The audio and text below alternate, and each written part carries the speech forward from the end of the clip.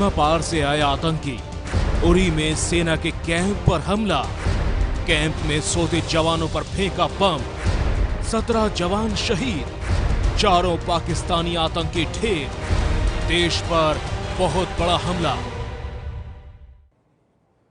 नमस्कार, आप देख रहे हैं एबीपी न्यूज और आपके साथ मैं हूं अनुराग मुस्कान। बहुत बड़ा हमला आज देश पर हुआ है, सेना के जवानों पर हुआ है। सुबह 5:30 बजे यह हमला हुआ। ये इसकी बड़ी बातें पहले देखते हैं। पहली बड़ी बात, उरी हमले में सेना के 17 जवान शहीद हुए, 4 आतंकी इसमें ढेर हो गए।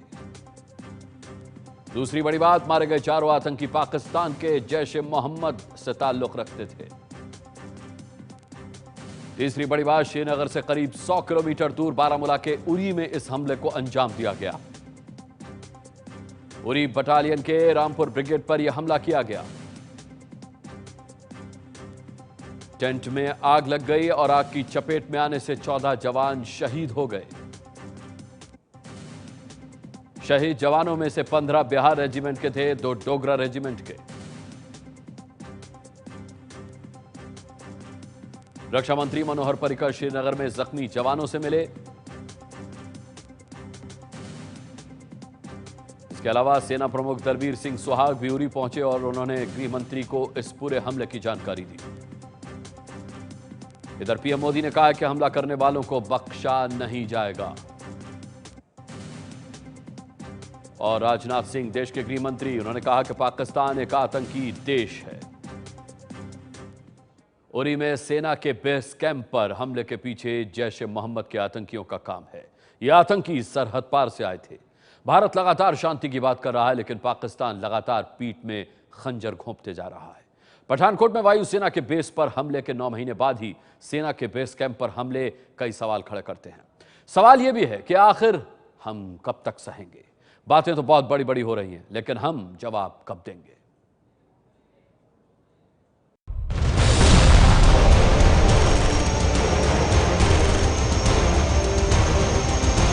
पाकिस्तानी आतंकियों ने कश्मीर में घुसकर आर्मी बेस कैंप पर हमला किया।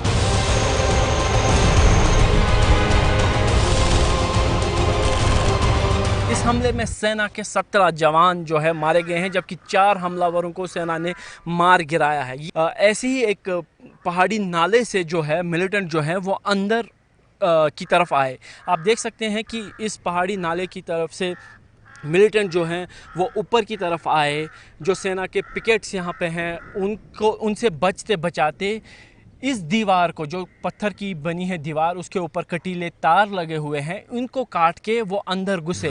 The terrorists had some items which had Pakistani markings on that.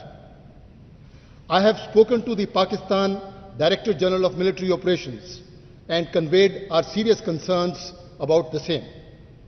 Uri sector में हुआ सेना पर अब तक का सबसे बड़ा आतंकी हमला।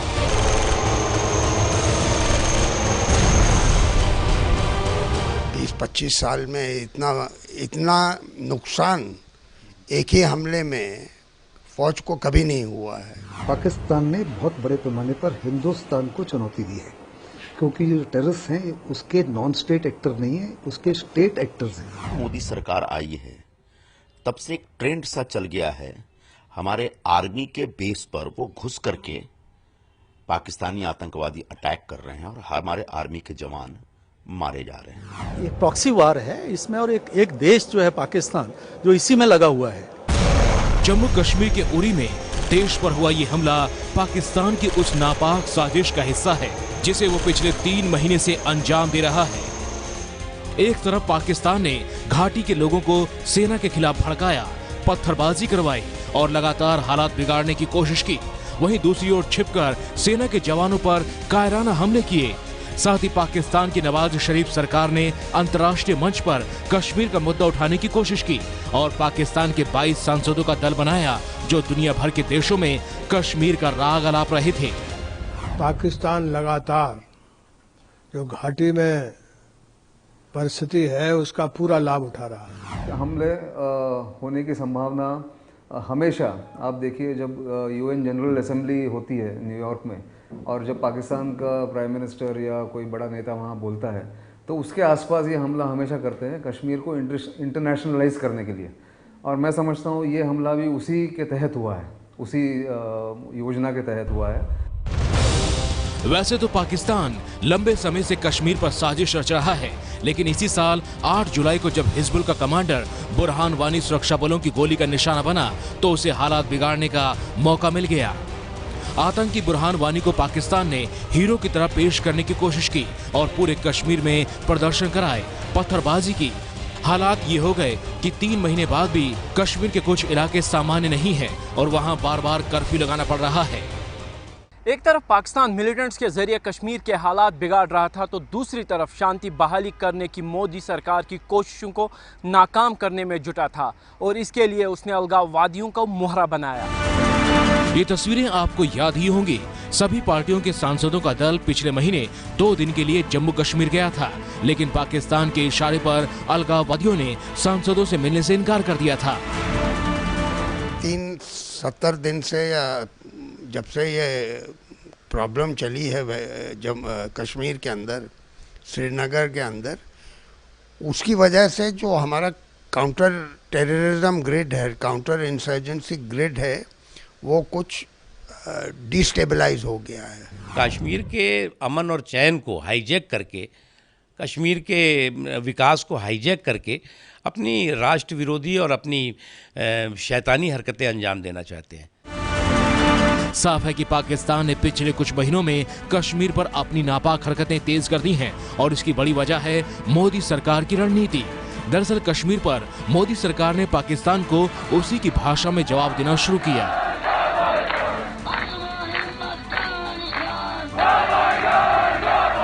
मोदी सरकार ने साफ कर दिया कि पाकिस्तान से अगर बात होगी तो आतंकवाद और पीओके पर भी होगी। भारत ने पीओके में पाक विरोधी आवाज के दमन की कोशिशों का पर्दाफाश किया। वहीं दुनिया भर में कश्मीर का राग अलाप रहे नवाज शरीफ को बलूचिस्तान के मुद्दे पर घेरना शुरू कर दिया।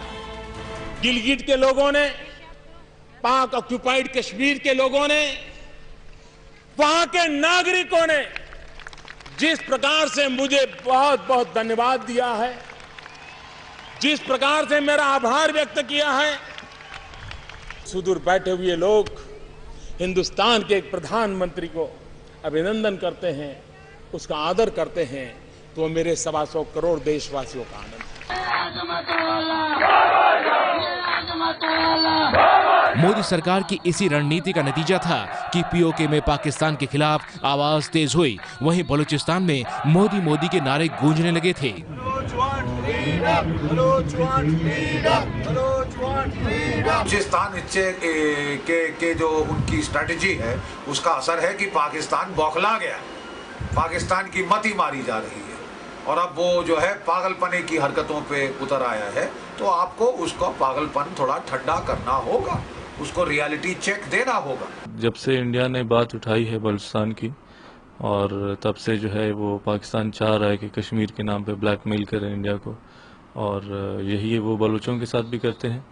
जब हम कोई बात करें तो हमारे लिए भी गोली है, और अब जब इंडिया ने बात की तो इंडिया के लिए भी गोली से जवाब दे रहे हैं। ये इनकी बदमाशी है इस एरिया के अंदर।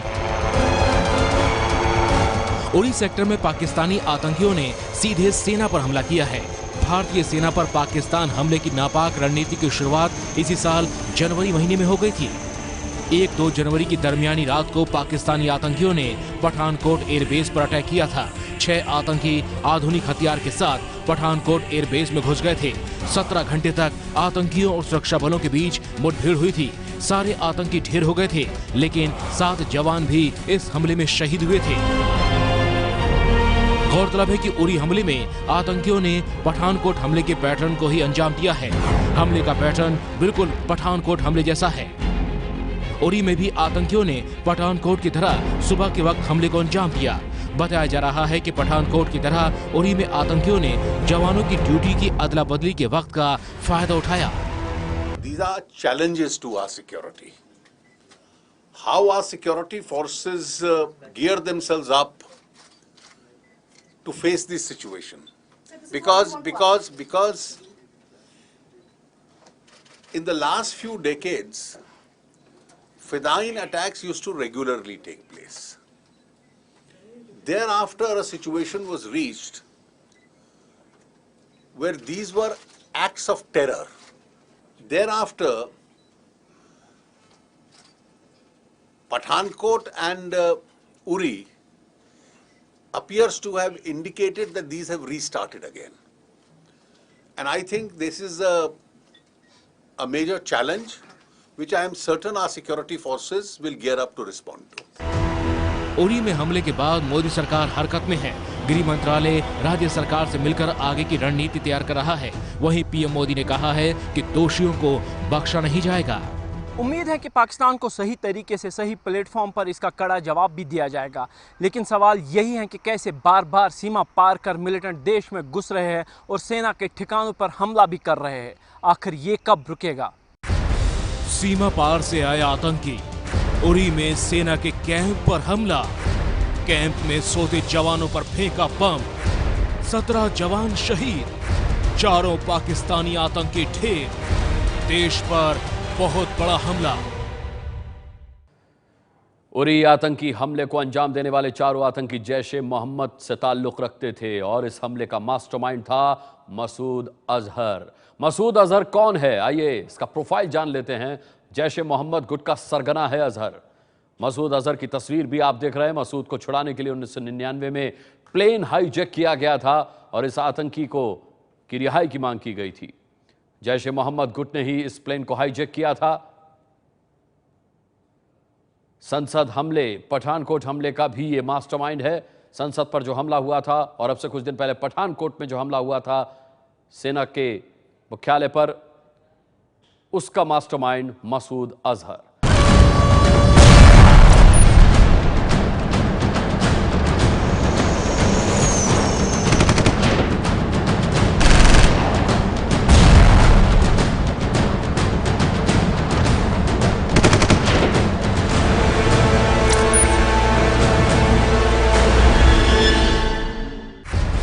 सीमा पार से आए आतंकी, उरी में सेना के कैंप पर हमला, कैंप में सोते जवानों पर फेंका बम, 17 जवान शहीद, 4 पाकिस्तानी आतंकी ढेर, देश पर बहुत बड़ा हमला। देश पर एक बार फिर बहुत बड़ा आतंकी हमला हुआ है। 17 जवान शहीद हुए हैं। पाकिस्तान से आए 4 आतंकवादियों ने जम्मू कश्मीर के उरी सेक्टर में मौजूद आर्मी बेस को अपना निशाना बनाया। जवाबी कार्रवाई में 4 आतंकियों को मार गिराया गया।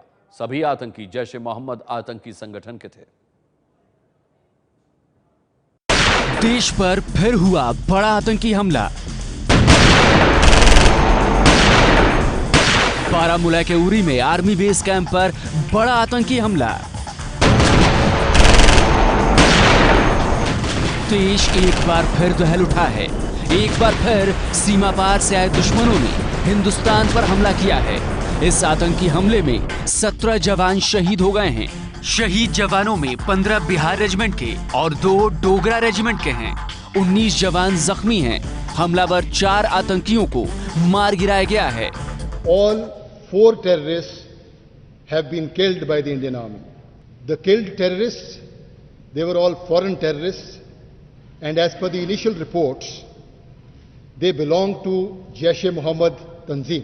आप देख सकते हैं कि ये जो कैंप है उरी का 12 ब्रिगेड जो हेडक्वार्टर है बिल्कुल सीमा से सटा हुआ है। अगर मैं अपने कैमरामैन से कहूँगा कि वो दाईं और दिखाए जो पहाड़ी दिख रही हैं जिस पे इसके ऊपर भारत का तिरंगा फहरा रहा है, ये आखिरी वो पहाड़ी हैं जो भारत के कंट्रोल में है और इसके बिल्कुल ठीक पीछे जो है सीमा मौजूद, जो LOC है वो मौजूद है, यानी उसके पार जो है LOC या पाकिस्तान का इलाका है। प्रधानमंत्री नरेंद्र मोदी ने हमले की निंदा करते हुए कहा है कि दोषियों को बख्शा नहीं जाएगा। ट्वीट में पीएम ने लिखा है कि हम उरी में हुए कायराना हमले की निंदा करते हैं। मैं देश को भरोसा दिलाना चाहता हूं कि इस घिनौने हमले के पीछे जो भी हैं उन दोषियों को बख्शा नहीं जाएगा। हम सभी शहीदों को नमन करते हैं। देश के लिए उनकी सेवाएं हमेशा याद रखी जाएंगी। तस्वीरों में दिख रहा धुएं का गुबार आर्मी कैंप में मौजूद उन टेंट्स में लगी आग का है जिन्हें आतंकियों ने निशाना बनाया। जवान यहां ड्यूटी खत्म कर सो रहे थे। आतंकियों ने इन्हीं टेंट्स पर लगातार ग्रेनेड्स फेंके जिससे इनमें आग लग गई। ज्यादातर जवान इसी आग में झुलसकर शहीद हो गए। जानकारी के मुताबिक आतंकी भारी हथियारों और गोला बारूद से लैस थे। आतंकवादियों को मार गिराने के लिए पैरा कमांडोज को बुलाया गया। 6 घंटे के भीतर पैरा कमांडोज ने चारों आतंकवादियों को मार गिराया। सभी पाकिस्तानी आतंकी थे। Since the terrorists had some items which had Pakistani markings on that, I have spoken to the Pakistan Director General of Military Operations and conveyed our serious concerns about the same. सीमा के इतने करीब हैं ये इलाका, इसीलिए ये आशंका जताई जा रही है कि जो मिलिटेंट हैं वो या तो कल या फिर आज रात को ही यहाँ पे घुसपैठ करके आए थे और उनका निशाना यही उरी का कैंप था। लेकिन खुफिया सूत्रों का ये कहना है कि इस इलाके में पिछले 8-10 दिनों से काफ़ी ज़्यादा हलचल देखी गई। हमले के बाद गृह मंत्री राजनाथ सिंह ने कहा है कि अब वक्त आ गया है कि पाकिस्तान को अलग थलग कर देना चाहिए। राजनाथ ने ट्वीट में लिखा है कि उरी हमले में शामिल आतंकी प्रशिक्षित और भारी हथियारों से लैस थे। पाकिस्तान एक आतंकी राष्ट्र है और इसे पहचान कर अलग थलग कर दिया जाना चाहिए। पर एक बड़ा सवाल ये है कि आतंकवादियों ने आर्मी के इस बेस कैंप को हमला करने के लिए क्यों चुना। दरअसल उरी सेक्टर में मौजूद इस आर्मी कैंप के पीछे पहाड़ है। इसी पहाड़ से एलओसी यानी लाइन ऑफ कंट्रोल सटी हुई है। ये बेस कैंप एलओसी के पास के सबसे बड़े बेस में से एक है। यहाँ कई अहम हथियार रखे जाते हैं। श्रीनगर से संवाददाता आसिफ कुरैशी की रिपोर्ट। सेना के कैंप पर हमला करने के लिए आतंकवादियों ने सुबह 5:30 बजे का वक्त चुना। आतंकवादियों ने काफी सोच समझकर हमले के लिए यह समय तय किया था और फिर उन्होंने कैंप के पास पहुंचकर जिस अंदाज में हमला किया उससे यही लग रहा है कि आतंकवादियों को सेना के कैंप और वहां की सुरक्षा व्यवस्था की पूरी जानकारी थी। कल्पना की तस्वीर है ये, लेकिन हकीकत में भी कुछ इसी अंदाज में दुश्मनों ने देश के सपूतों पर हमला किया है। 4 आतंकवादी दीवार फांद कर अंदर आए। एक ने खुद को उस टेंट के पास उड़ाया जहां पर भारतीय सैनिक सो रहे थे। आत्मघाती हमले की वजह से वहां टेंट में आग लग गई। बाकी 3 आतंकवादियों ने भारतीय सैनिकों पर अंधाधुंध फायरिंग की। जवाबी कार्रवाई में तीनों आतंकवादी पहुंच गए 2 जख। चौथा आतंकवादी पहले ही अपनी चिता सजा चुका था। इस समय हम उरी ब्रिगेड के मुख्य द्वार से कुछ दूरी पर है। आप मेरे पीछे जो गेट देख रहे हैं ये उरी ब्रिगेड का मुख्य द्वार है और यहीं से जो ये सड़क जा रही है ये है उरी मुजफ्फराबाद को जोड़ने वाली हाईवे और इसी के साथ दाईं ओर पे सटे हुए सुरक्षा कैंप पे मिलिटेंट्स ने आज सुबह हमला किया था। खबरों के मुताबिक हमले के समय सैनिक अपने टेंट में सो रहे थे। यही वजह है कि आतंकवादी अपने नापाक मंसूबे में काफी हद तक कामयाब हो गए। आतंकवादियों ने जिस अंदाज में हमला किया है उससे यही लग रहा है कि उन्हें सेना के कैंप और वहां की सुरक्षा व्यवस्था की पूरी जानकारी थी। सेना के जिस कैंप पर हमला हुआ है वो जम्मू कश्मीर के उरी सेक्टर में है। हमले वाली जगह पर सेना के 2 कैंप हैं और दोनों कैंपों के बीच से श्रीनगर हाईवे गुजरती है। आतंकवादियों ने सेना के उत्तरी कैंप पर हमला किया। सेना के जिस कैंप पर हमला हुआ है वो घने जंगलों के बीच बना हुआ है। गौरतलब है कि सेना के जिस कैंप पर हमला हुआ उसके बाहर एक चेक पोस्ट भी है, लेकिन रात का समय होने और घने जंगलों की वजह से शायद चेक पोस्ट पर तैनात सुरक्षा कर्मियों की नजर आतंकवादियों पर नहीं पड़ी। सुरक्षा कर्मियों की इस असावधानी का फायदा उठाकर चारों आतंकवादी कैंप की दीवार के पास चले गए। कैंप की दीवार की ऊंचाई करीब 10 फीट है। आतंकवादी किसी तरह से इस दीवार को फांद कर अंदर चले आए और वहां आकर उन्होंने सैनिकों पर हमला कर दिया। पहले में जो दीवार फांदी गई वो बिल्कुल कुछ इसी प्रकार की थी, जो पत्थरों की बनी हुई है, पत्थर और सीमेंट के, उसके ऊपर एंगल आयरन लगे हुए हैं और उसमें कटीले तार लगे हुए हैं जिनको काट के मिलिटेंट अंदर घुसे थे। आप देख सकते हैं कि जगह जगह पे इस दीवार पे जो है पिकेट्स बने हुए हैं जिसमें सुरक्षा कर्मी तैनात रहते हैं, लेकिन इन सुरक्षा कर्मियों को चूक देकर जो मिलिटेंट हैं वो अंदर घुसने में कामयाब हुए। खबर के मुताबिक कैंप के अंदर दाखिल होने के साथ एक आतंकवादी ने खुद को बम विस्फोट से उड़ा लिया। उस आत्मघाती हमले की वजह से कैंप के अंदर बने टेंटों में आग लग गई। तब तक सेना के जवानों को हमले की जानकारी लग गई और उन्होंने आतंकवादियों के खिलाफ कार्रवाई शुरू कर दी। सूत्रों से मिली जानकारी के मुताबिक सेना ने सभी आतंकवादियों को सुबह 9 बजे के करीब मार गिराया। चारों आतंकवादियों को मारने के बाद भी उरी के घने जंगलों में सेना का सर्च ऑपरेशन चल रहा है। सेना को अंदेशा है कि इस इलाके में अभी भी कुछ आतंकवादी छिपे हो सकते हैं। खुफिया एजेंसियों का यही कहना है कि पिछले 2.5 महीनों में जो कश्मीर में बवाल चल रहा है उसके दौरान 200 से लेकर 300 मिलिटेंट जो है घुसपैठ करने में कामयाब हो चुके हैं, जबकि अब भी 150 से लेकर 200 मिलिटेंट इन्हीं सरहदों पर घुसपैठ के लिए तैयार बैठे हैं। कैमरामैन अरशद हुसैन के साथ आसिफ कुरैशी, ABP न्यूज़, उरी, कश्मीर। उरी हमले के बाद देश का गुस्सा पाकिस्तान पर फूट पड़ा है। सरकार ने जहां पाकिस्तान को सबक सिखाने की बात कही है, वहीं विपक्ष का कहना है कि सरकार की गलत नीतियों की वजह से पाकिस्तान मनमानी कर रहा है। सरकार में शामिल शिवसेना ने तो पाकिस्तान के खिलाफ तुरंत आक्रामक कार्रवाई की मांग की है। जब कांग्रेस का शासन था और इस प्रकार से छोटे मोटे हमले होते थे, तो आज के हमारे जो सत्ता पे बैठे उन सभी नेताओं ने कहा था, अगर एक जवान हमारा मारा जाएगा, एक जवान का सर काट जाएगा, तो हम 10 जवानों के पाकिस्तान के सर काट के यहाँ लेके आएंगे। क्या हम ये सब भूल गए? अब ये नहीं रुकेगा तो देश में सरकार के खिलाफ बगावत हो जाएगी। सरकार में शामिल शिवसेना के सुर है ये। कांग्रेस भी पाकिस्तान के खिलाफ कड़ी से कड़ी कार्रवाई की मांग कर रही है।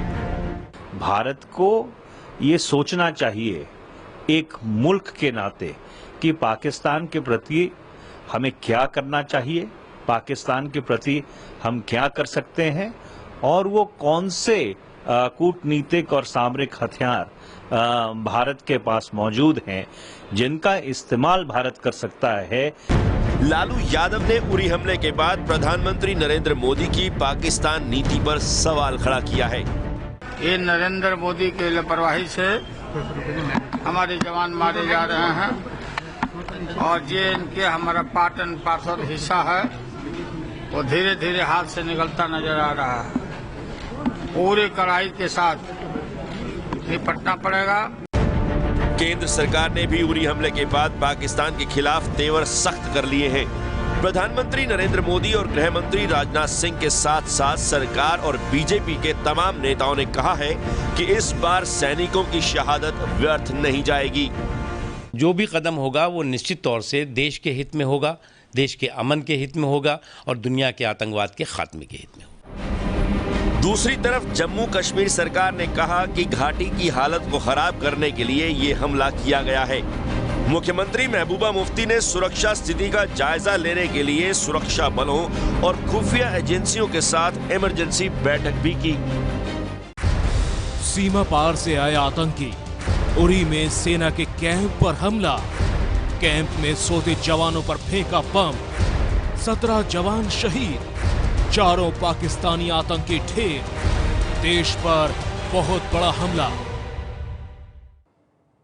और इस वक्त की बड़ी खबर आपको बता दें, उरी हमले के आरोप को पाकिस्तान ने गलत बताया है। कोई नई बात नहीं है, लेकिन हर बार की तरह एक बार फिर पाकिस्तान ने बेशर्मी से झूठ बोल दिया है। पाकिस्तान के विदेश मंत्रालय के प्रवक्ता ने कहा है कि भारत ने बिना जांच के हमले के लिए पाकिस्तान को जिम्मेदार माना है।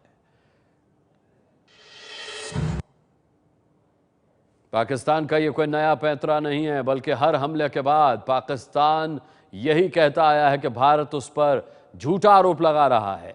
पाकिस्तान से संचालित हर हमले पर भारत ने सबूत सौंपे पाकिस्तान को।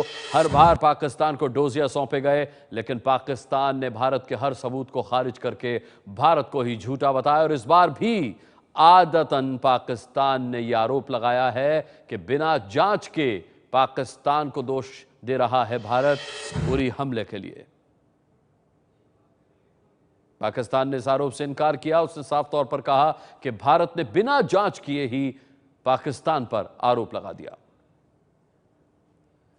उरी में सेना कैंप पर हुआ यह सबसे बड़ा हमला कहा जा रहा है। आपको दिखाते हैं पिछले 15 सालों में कब कब जम्मू कश्मीर में सुरक्षा बलों पर बड़े हमले हुए। सुरक्षा बलों पर हुए अब तक के बड़े हमले। 25 जून 2016 पुलवामा, जम्मू कश्मीर। सीआरपीएफ पर आतंकवादियों के हमले में 8 जवान शहीद, 28 घायल। 2 जनवरी 2016 पठानकोट एयरबेस, पंजाब। एयरबेस पर हुए हमले में 7 सुरक्षाकर्मी शहीद, 20 घायल। 5 अगस्त 2015 उधमपुर, जम्मू कश्मीर। बीएसएफ के काफिले पर हमला, 2 जवान शहीद, पाकिस्तानी आतंकी जिंदा गिरफ्तार। 24 जून 2005 श्रीनगर, जम्मू कश्मीर। राष्ट्रीय राइफल्स के जवानों पर आरडीएक्स से हमला, 9 जवान शहीद, 21 घायल। 4 अगस्त 2004 राजबाग श्रीनगर, सीआरपीएफ कैंप पर हमला, 1 कमांडर समेत 9 जवान शहीद। 23 मई 2004 काजीगुंडा, अनंतनाग, जम्मू कश्मीर, आईईडी ब्लास्ट में 19 बीएसएफ के जवान शहीद। 22 जुलाई 2003 अखनूर, जम्मू, आर्मी कैंप पर फिदायीन हमला, 1 ब्रिगेडियर समेत 8 जवान शहीद, 12 जख्मी। 28 जून 2003 सुजाआ, जम्मू, सेना के डोगरा रेजिमेंट पर फिदायीन हमला, 12 जवान शहीद, 7 जख्मी। 14 मई 2002 कालूचक, जम्मू कश्मीर, बस पर हुए आतंकी हमले में 3 जवान शहीद, जवानों के 18 परिवार वालों की मौत, 10 और लोगों की मौत। 17 नवंबर 2001 डोडा, जम्मू कश्मीर, रामबन क्षेत्र में हुए फिदायीन हमले में 10 जवान शहीद। 1 अक्टूबर 2001 श्रीनगर विधानसभा, फिदायीन हमले में 11 सुरक्षाकर्मी शहीद।